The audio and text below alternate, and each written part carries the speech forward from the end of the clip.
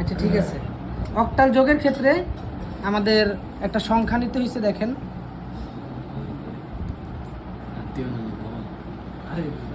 তো সংখ্যাটা হলো 756,457। তো এই ক্ষেত্রে আমাদের কি করতে হবে, এই ক্ষেত্রে আমাদের নর্মালি যোগ করতে হবে। নর্মালি যোগ কিভাবে করব, 6 আর +7 কত হবে, 13। এখন 13 থেকে 13, এখন আমাদের অক্টালের বেজ কত বলেন তো, 8। অক্টালের বেজ 8, 13 থেকে আমরা 8 বাদ দিব, কত হবে, 7 হবে না, এখানে লিখবো 7। বুঝতে পারছেন? 7 না 8 আছে।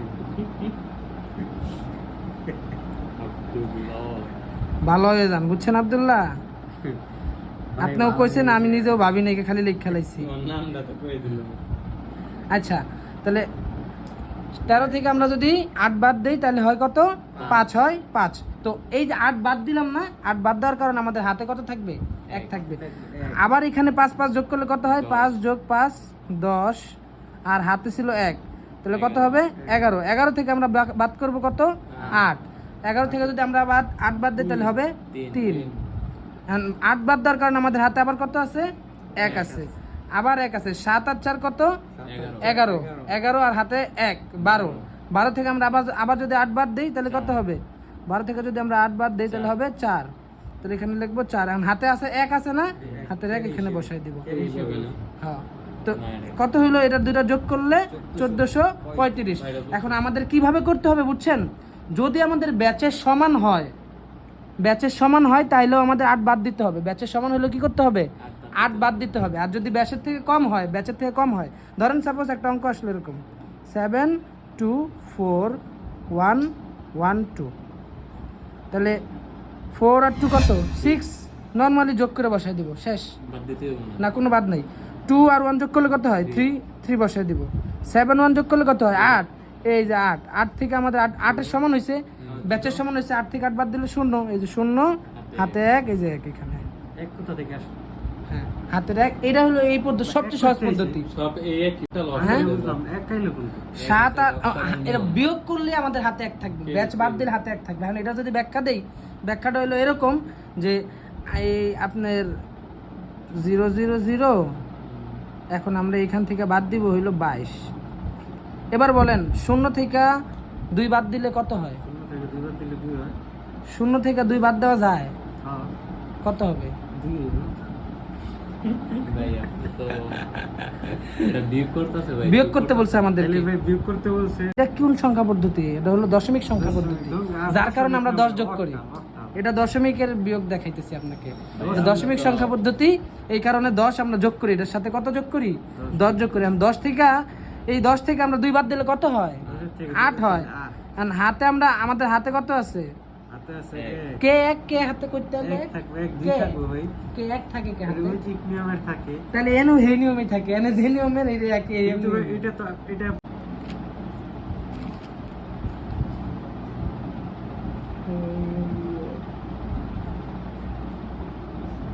ভাই, এই যে শয়তানের রাস্তা আছে, এই যে হ্যাঁ, আপনি ভাই এটা নষ্ট এই করছেন, যে আঁকা মেশিন দাগায় করে। দাগায়।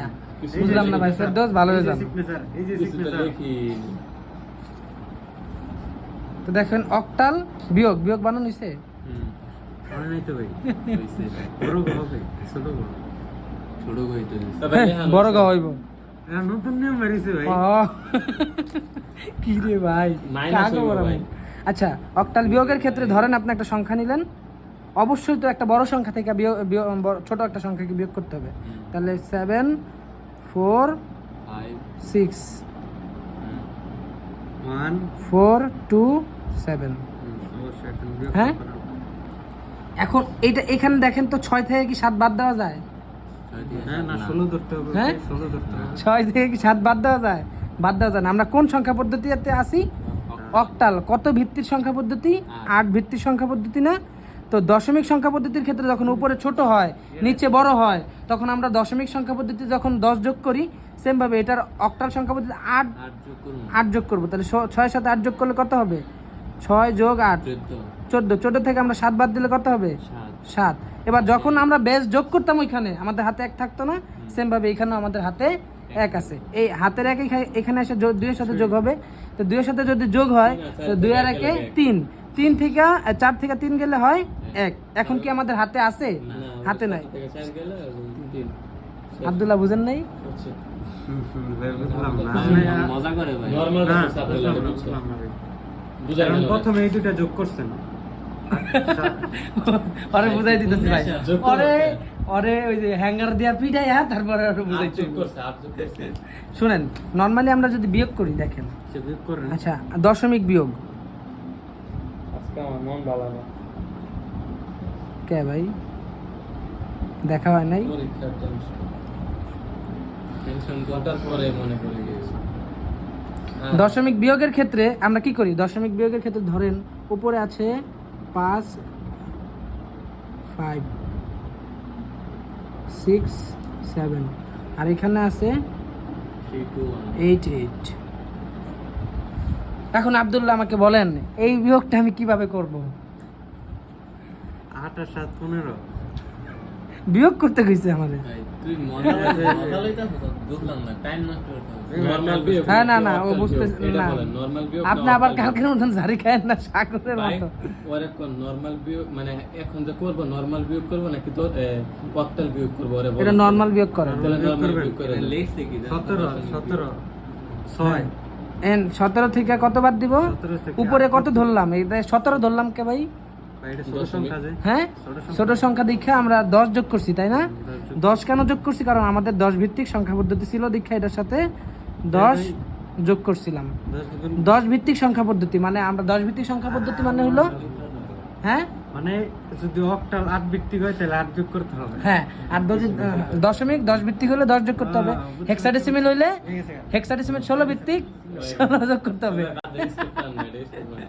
নরমাল বিয়োগ আর ওটা হলো অক্টাল, এক কথায় অক্টাল বিয়োগ করলে 8 যোগ করব। হ্যাঁ। প্রথমটার সাথে 8 বিয়োগ নরমালি এখন নরমাল যেসব যোগ আছে, ধরেন আপনি 2 এ পড়েন, আপনি কি বিয়োগ দিবে? অক্টাল বিয়োগের ক্ষেত্রে 7 2 4, এই বিয়োগের ক্ষেত্রে ধরেন 5 1 2 দিল। এরা কিভাবে বিয়োগ করবেন? 4 থেকে 2 গেলে কত হয়? 2। এটা বাদ দেন, আমি একটা কথা কই। এই যে এই জায়গায় 6 আছে না, এই জায়গায় 7 আছে না, তো এই জায়গায় মনে করেন সংখ্যাটা 8 আছে আর এই জায়গায় 7 আছে, ওই ক্ষেত্রে কি 8 যোগ করতে হইব?